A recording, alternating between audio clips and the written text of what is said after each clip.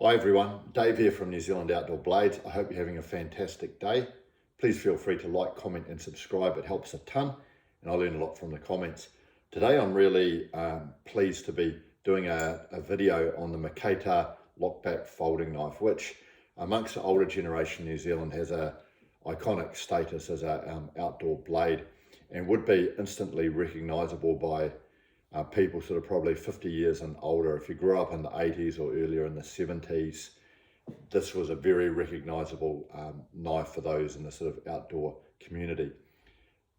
First of all, I'll just talk through some technical specifications. So I've got two here. This one is a stainless steel version and this is a carbon steel version. So this is a Mercator K55 folding knife. It's now made by Otto Messer in Germany. The steel is a high carbon steel C75. The blade width itself is between about 2 millimeters at the base and only about 1 millimeter at the tip. I imagine it's a really reasonably soft and springy carbon steel. Certainly not a super hard carbon steel. The blade is 9 centimeters.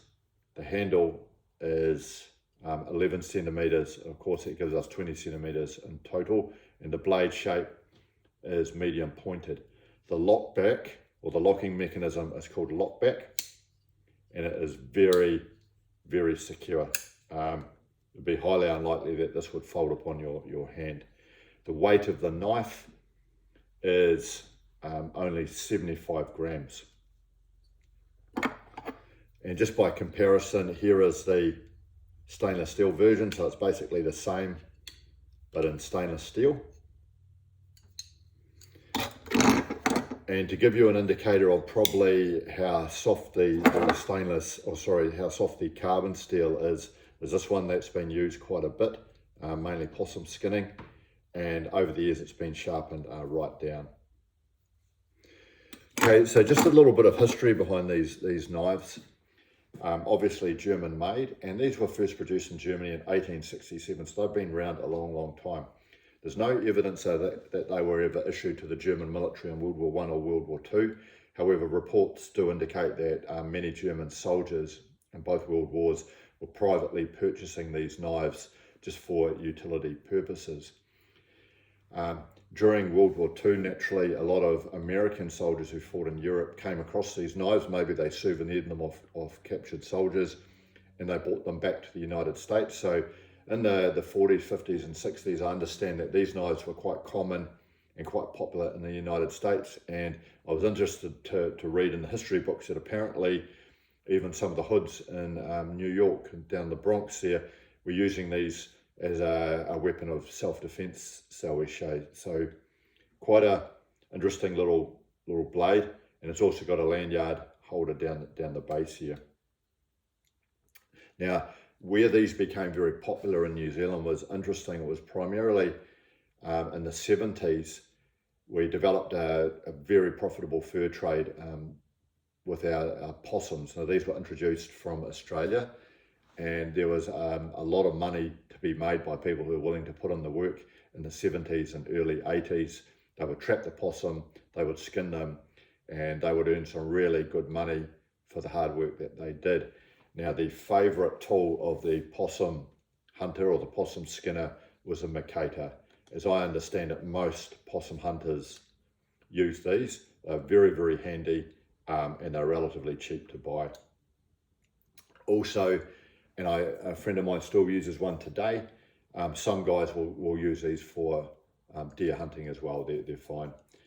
Now, what is to me quite amazing about this whole setup of the Mercator is it's brilliant in its simplicity, and it's brilliant in the fact that it's so light. So again, it's only 75 grams. So you have actually got a effective hunting knife, even for deer, that's only 75 grams. It's got an incredibly slim profile.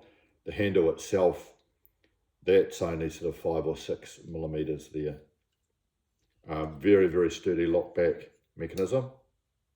Okay, just one blade, of course, and the outer is just pressed steel, simple pressed steel.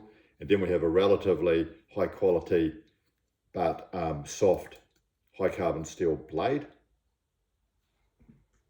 Or in this one here, we have the stainless steel version.